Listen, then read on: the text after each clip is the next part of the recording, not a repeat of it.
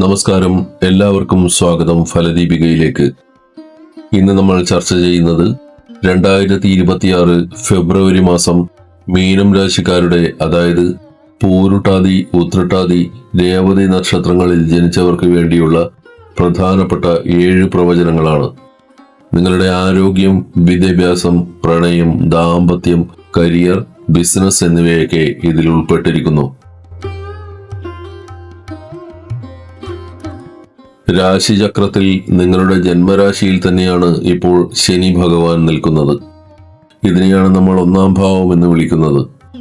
മീനം രാശിക്കാരെ സംബന്ധിച്ചിടത്തോളം ഇത് 7ാം ശനിയുടെ ഏറ്റവും പ്രധാനപ്പെട്ട 2ാം ഘട്ടമാണ്, അതായത് ജന്മശനി. മറ്റ് ഗ്രഹങ്ങളുടെ നില പരിശോധിച്ചാൽ ഭാഗ്യദാതാവായ വ്യാഴം 4-ാം ഭാവത്തിലും കേതു 6-ാം ഭാവത്തിലും നിലകൊള്ളുന്നു. കൂടാതെ സൂര്യൻ, ബുധൻ, ശുക്രൻ, ചൊവ്വ എന്നിങ്ങനെ 4 പ്രധാന ഗ്രഹങ്ങൾ നിങ്ങളുടെ 11-ാം ഭാവത്തിൽ ഒന്നിച്ചു നിൽക്കുന്നു. രാഹു 12-ാം ഭാവത്തിലാണുള്ളത്. ഈ മാസം വലിയ രീതിയിലുള്ള ഗുരുതരമായ രോഗങ്ങൾക്കൊന്നും സാധ്യത കാണുന്നില്ല എന്നത് ആശ്വാസകരമാണ്. എങ്കിലും ചില കാര്യങ്ങളിൽ അതീവ ശ്രദ്ധ ആവശ്യമാണ്.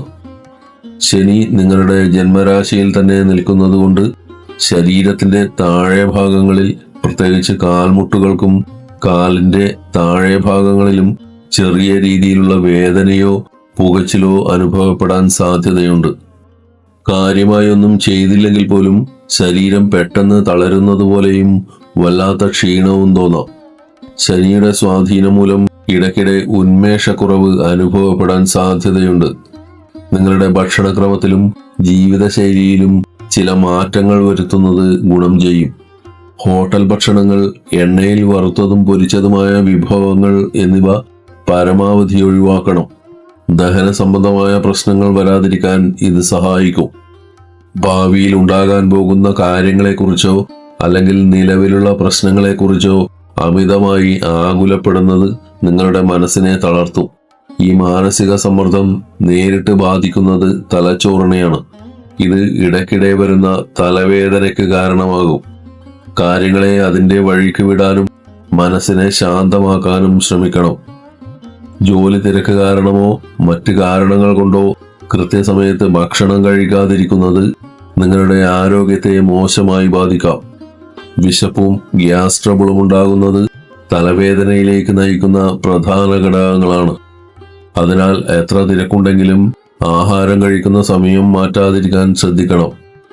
നിർജ്ജലീകരണം തലവേദനയുടെ ഒരു പ്രധാന കാരണമാണ്. അതുകൊണ്ട് ദാഹം തോന്നിയില്ലെങ്കിൽ പോലും ഇടയ്ക്കിടെ ധാരാളം വെള്ളം കുടിക്കുന്നത് ശീലമാക്കണം. നിങ്ങളുടെ ഗ്രഹനില പ്രകാരം വിദ്യയെയും ബുദ്ധിയെയും സൂചിപ്പിക്കുന്ന 5-ാം ഭാവത്തിന്റെ അധിപനാണ് ചന്ദ്രൻ. ഈ മാസം നിങ്ങളുടെ ചിന്താശേഷി വളരെ സജീവമായിരിക്കും. പഠനകാര്യങ്ങളിൽ പുതിയ പുതിയ ആശയങ്ങൾ കണ്ടെത്താനും ഭാവിയിൽ വലിയ നേട്ടങ്ങൾ കൈവരിക്കണമെന്ന ഉറച്ച ആഗ്രഹം മനസ്സിൽ തോന്നാനും ഈ ഗ്രഹനില സഹായിക്കും. ലക്ഷ്യബോധത്തോടെ മുന്നേറാൻ നിങ്ങൾക്ക് വലിയ തോതിൽ പ്രേരണ ലഭിക്കുന്ന സമയമാണിത്. ആഗ്രഹങ്ങൾ ഒരുപാടുണ്ടെങ്കിലും ചില പ്രായോഗിക തടസ്സങ്ങൾ നേരിടാൻ സാധ്യതയുണ്ട്. 5-ാം ഭാവത്തിന്റെ നാഥൻ ചന്ദ്രനായതിനാൽ ചന്ദ്രന്റെ സ്വഭാവം പോലെ നിങ്ങളുടെ മനസ്സെപ്പോഴും മാറിക്കൊണ്ടിരിക്കും. വെള്ളം ഒഴുകുന്നത് പോലെ ഒരിടത്ത് ഉറച്ചു നിൽക്കാത്ത അവസ്ഥ വരാം. ഇത് പഠനത്തിൽ ശ്രദ്ധ കേന്ദ്രീകരിക്കുന്നത് ബുദ്ധിമുട്ടിലാക്കും. നന്നായി പഠിച്ച കാര്യങ്ങൾ പോലും പെട്ടെന്ന് മറന്നുപോകുന്നത് പോലെ നിങ്ങൾക്ക് തോന്നാം. ഇത് യഥാർത്ഥത്തിൽ അറിവില്ലായ്മ കൊണ്ടല്ല, മറിച്ച് മനസ്സിന്റെ ചഞ്ചലത കൊണ്ട് തോന്നുന്നതാണ്. അതിനാൽ പഠിച്ച കാര്യങ്ങൾ ഇടയ്ക്കിടെ ആവർത്തിച്ച് വായിക്കുന്നത് നന്നായിരിക്കും. ഈ മാസത്തിന്റെ ആദ്യ വാരങ്ങൾ മുതൽ ഫെബ്രുവരി 22-23 വരെയുള്ള സമയം നിങ്ങൾക്ക് പഠനത്തിലും പരീക്ഷകളിലും മികച്ച പ്രകടനം കാഴ്ചവെക്കുവാൻ സാധിക്കും. ഈ കാലയളവിൽ നിങ്ങളുടെ ആത്മവിശ്വാസം വർദ്ധിക്കും. പരീക്ഷാ ഹാളിനുള്ളിലെ പേടി കുറയുകയും ചോദ്യങ്ങൾക്ക് കൃത്യമായി ഉത്തരം നൽകാൻ സാധിക്കുകയും ചെയ്യും. പ്രധാനപ്പെട്ട മത്സര പരീക്ഷകളോ അഭിമുഖങ്ങളോ ഉണ്ടെങ്കിൽ ഈ തീയതികൾക്ക് മുൻപായി വരുന്നത് നിങ്ങൾക്ക് വലിയ നേട്ടം നൽകും.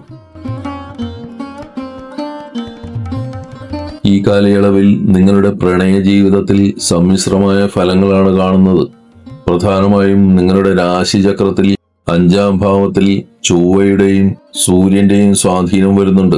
ഇത് പ്രണയിക്കുന്നവർക്കിടയിൽ ചില മാറ്റങ്ങൾ ഉണ്ടാക്കാം.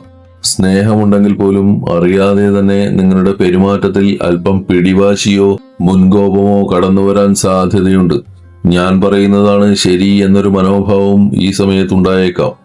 ഇത്തരം പിടിവാശികൾ കാരണം പങ്കാളിയുമായി നിസ്സാര കാര്യങ്ങളെ ചൊല്ലി വാക്കുതർക്കങ്ങൾ ഉണ്ടായേക്കാം. എങ്കിലും പേടിക്കേണ്ടതില്ല. ഈ തർക്കങ്ങൾ ബന്ധത്തെ തകർക്കുന്ന രീതിയിലുള്ള വലിയ പ്രശ്നങ്ങളായി മാറില്ല. പരസ്പരം വിട്ടുവീഴ്ചകൾ ചെയ്താൽ സന്തോഷകരമായി മുന്നോട്ടു പോകാം. വിവാഹിതരായ വ്യക്തികളെ സംബന്ധിച്ചിടത്തോളം ഈ കാലയളവ് ദാമ്പത്യ ജീവിതത്തിൽ ചില സവിശേഷമായ മാറ്റങ്ങൾ കൊണ്ടുവരാൻ സാധ്യതയുണ്ട്. നിങ്ങളുടെ ജാതകപ്രകാരം ദാമ്പത്യത്തെ സൂചിപ്പിക്കുന്ന 7ാം ഭാവത്തിന്റെ അധിപൻ ബുധനാണ്. ബുധൻ ഇപ്പോൾ 12ാം ഭാവത്തിലേക്ക് മാറുന്നതിലൂടെ ചില സാഹചര്യങ്ങൾ ഒഴിവാക്കാൻ പറ്റാത്തതായി വരാം. 12ാം ഭാവം എന്നത് ദൂരദേശങ്ങളെയും നഷ്ടങ്ങളെയും സൂചിപ്പിക്കുന്ന ഇടമാണ്. അതിനാൽ പങ്കാളിക്ക് ജോലി സംബന്ധമായ ആവശ്യങ്ങൾക്കായി നിങ്ങളിൽ നിന്ന് മാറി നിൽക്കേണ്ട സാഹചര്യം ഉണ്ടായേക്കാം. അല്ലെങ്കിൽ ഒരേ വീട്ടിൽ തന്നെയാണെങ്കിൽ പോലും മാനസികമായി ഒരു അകൽച്ചയോ സംസാരിക്കാൻ സമയം ലഭിക്കാത്ത അവസ്ഥയോ ഉണ്ടായേക്കാം. ബുധൻ ആശയവിനിമയത്തിന്റെ ഗ്രഹമാണ്. 12ാം ഭാവത്തിലെ ബുധന്റെ മാറ്റം മൂലം നിങ്ങൾ തമ്മിലുള്ള സംസാരത്തിൽ വ്യക്തത കുറയാൻ സാധ്യതയുണ്ട്. പറഞ്ഞ കാര്യങ്ങൾ തെറ്റിദ്ധരിക്കപ്പെടാനോ അല്ലെങ്കിൽ അനാവശ്യമായ മൗനം ദാമ്പത്യത്തിൽ ഉണ്ടാകാനോ ഇടയുണ്ട്. അതിനാൽ കാര്യങ്ങൾ തുറന്ന് സംസാരിക്കാൻ പ്രത്യേകം ശ്രദ്ധിക്കണം. പങ്കാളിയുടെ ആവശ്യങ്ങൾക്കോ അല്ലെങ്കിൽ പങ്കാളിയുടെ ആരോഗ്യ പ്രശ്നങ്ങൾക്കോ വേണ്ടി ഈ സമയത്ത് കൂടുതൽ പണം ചെലവാക്കേണ്ടി വന്നേക്കാം. ഇത് സാമ്പത്തികമായ ചെറിയ ബുദ്ധിമുട്ടുകൾക്ക് കാരണമായേക്കാം. പങ്കാളി അവരുടെ ജോലിയിലോ മറ്റു ഉത്തരവാദിത്തങ്ങളിലോ അമിതമായി വ്യാപൃതനാകാൻ സാധ്യതയുണ്ട്. ഇത് നിങ്ങളിൽ അവഗണനയായി തോന്നാൻ കാരണമായേക്കാം.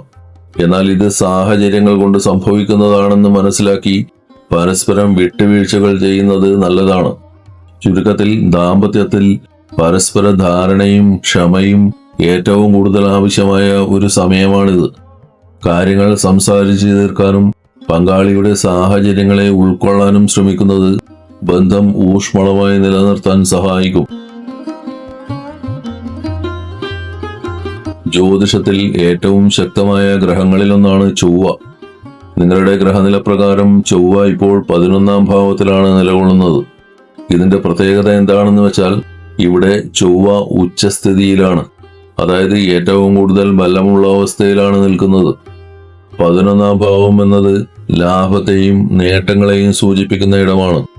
അതിനാൽ ഭാഗ്യം നിങ്ങളെ തേടി വരുന്ന ഒരു സമയമാണിത്. ഇതുവരെ നടക്കാതെ പോയ പല കാര്യങ്ങളും ഭാഗ്യത്തിന്റെ പിന്തുണയോടെ എളുപ്പത്തിൽ നടന്നു കിട്ടും. നിങ്ങളുടെ പരിശ്രമങ്ങൾക്ക് അർഹിച്ച ഫലം ലഭിക്കുന്ന കാലയളവാണിത്. നിങ്ങൾ ഏതെങ്കിലും തരത്തിലുള്ള വലിയ ബിസിനസ് കരാറുകളിൽ ഏർപ്പെടാനോ വസ്തുവകകൾ വാങ്ങാനോ വിൽക്കാനോ അല്ലെങ്കിൽ വലിയ തുകയുടെ നിക്ഷേപങ്ങൾ നടത്താനോ ആഗ്രഹിക്കുന്നുണ്ടെങ്കിൽ അതിന് ഏറ്റവും അനുയോജ്യമായ സമയമാണിത്. ചൊവ്വയുടെ ഈ പ്രത്യേക ബലം ഫെബ്രുവരി 23 വരെ മാത്രമേ ഉണ്ടായിരിക്കുകയുള്ളൂ. അതിനാൽ പ്രധാനപ്പെട്ട തീരുമാനങ്ങൾ എടുക്കുന്നതും വലിയ സാമ്പത്തിക ഇടപാടുകൾ പൂർത്തിയാക്കുന്നതും ഈ തീയതിക്ക് മുൻപായിരിക്കാൻ ശ്രദ്ധിക്കുക. 23-ന് ശേഷം ഗ്രഹനിലയിൽ മാറ്റം വരുന്നതിനാൽ ഈ അനുകൂല സാഹചര്യം കുറയാൻ സാധ്യതയുണ്ട്.